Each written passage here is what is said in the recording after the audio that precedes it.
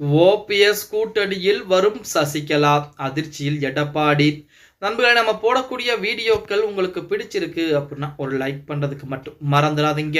அதிமுகவில் இருந்து வெளியேற்றப்பட்டவர்கள் தான் சசிகலா, ஓபிஎஸ், டிடிவி தினகரன் போடனவர்கள். டிடிவி தினகரன் தனி கட்சி ஆரம்பித்து விட்டார். பாஜகவுடனே கூட்டணி அவருடைய நிலைப்பாட்டில் இருந்து கொண்டிருக்கிறார். இப்பொழுது அதிமுக பாஜக கூட்டணி என்பது வந்த பின்பு, உறுதியான பின்பும் கூட பாத்தீங்கன்னா தற்போதும் பாஜக கூட்டணியிலே நீடிப்பதாகத்தான் ஓபிஎஸ் அவர்கள் தற்போது வரைக்குமே ஒரு அறிவிப்பை கொடுத்துக் கொண்டு, இப்படிப்பட்ட ஒரு சூழ்நிலையில் ஓபிஎஸ்ஐ பொறுத்த வரைக்கும் அடுத்து கட்சி ஆரம்பிக்கக்கூடிய வேலையில் இறங்கிவிட்டார். முதல் மாடு நடத்தக்கூடிய வேலையிலும் இறங்கிவிட்டார். கூட்டணிக்கு எந்தெந்த கட்சிகளை சேர்ப்பது அப்படிங்கிற மாதிரி ஏகப்பட்ட வேலைப்பாடுகளையும் ஆலோசனைகளும் செய்து கொண்டிருக்கிறாராம் நமது அண்ணன் ஓபிஎஸ் அவர். இந்த பிரச்சனை எல்லாமே ஒருபுறம் இருந்தாலுமே நமது சசிகலா அம்மையாரும் சரி, ஓபிஎஸும் சரி, தனிப்பட்ட முறையிலே சந்தித்துக் கொண்டது மிக பல காலங்களாக இல்லாமல் ஆனால் தற்போது மிக விரைவாகவே இருவரும் சந்திப்புகள் என்பது நடத்த இருக்கிறாங்க அப்படிங்கிற மாதிரி தகவல் என்பது வெளியாகி இருக்கிறது. ஆனால் இருந்த போதிலுமே சசிகலா அம்மையார் பாத்தீங்க அப்படின்னா ஓபிஎஸ் வேறு நாங்கள் வேறு அப்படின்னு சொல்லி இதுவரைக்கும் சொன்னதே கிடையாது.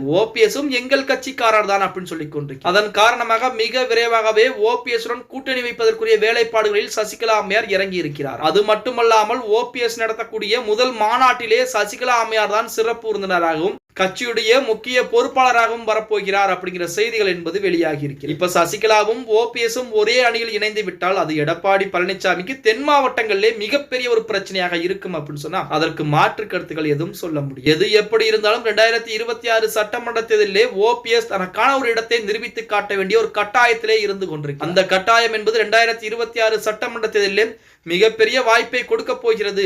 நமது ஓபிஎஸ் அவர்கள் நாங்களும் அரசியல் கட்சிகள் தான், எங்கள் பின்னாடி மக்களுடைய ஆதரவுகள் என்பது இருக்கிறது அப்படிங்கிறதை நிலை காட்டுவதற்கு 2026 சட்டமன்றத்தில் மிகப்பெரிய ஒரு வாய்ப்பாகத்தான் இருக்க போகிறது அப்படின்னு கூட. ஓகே गाइस, வீடியோ பிடிச்சிருந்தா மறக்காம ஒரு லைக் பண்ணி விட்டுருங்க. அப்படி இந்த வீடியோ ஃப்ரெண்ட்ஸ் அண்ட் ஃபேமிலிக்கும் ஒரு ஷேர் பண்ண மறந்துடாதீங்க.